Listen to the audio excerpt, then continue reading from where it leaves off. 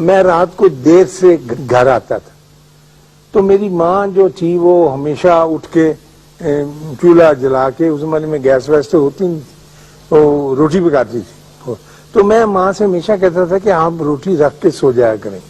اس نے کہا نہیں، تو دیر سے آتا ہے تو میں تجھے پکا کے تازہ پھلکا دوں، کیونکہ ماؤں کی عادت ہوتی۔ تو میں ان سے بہت تنگ تھا اور میں نے کہا تھا دیکھیے میں کھانا نہیں کھاؤں گا، اگر آپ اٹھ گئے 12 بجے آ گئی تو کہنے کی کوئی بات نہیں۔ ایک دن یہی پھلکا پکاتے ہوئے انہوں نے مجھ سے پوچھا کہ تو کہاں جاتا ہے؟ میں نے کہا اماں میں ادیب بن رہا ہوں۔ کہنے لگے وہ کیا ہوتا ہے؟ میں کیا لکھنے والا لکھاری۔ کہنے لگی پھر تو کیا کرے گا؟ میں کہا میں کتابیں لکھا کروں گا۔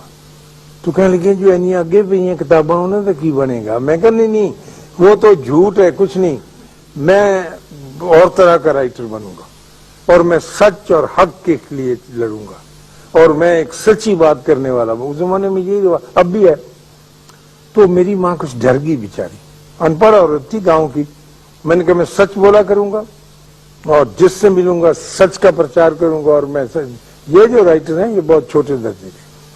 تو مجھے یاد ہے اس کے چمٹے میں پھولی ہوئی روٹی تھی، اس نے میری طرف دیکھا چہرہ کر کے تو کہنے لگی کہ اگر تو نے یہی بننا ہے جو تو کہتا ہے اور تو نے سچ ہی بولنا ہے تو اپنے بارے میں سچ بولنا، لوگوں کے بارے میں بولنا نہ شروع کر دینا۔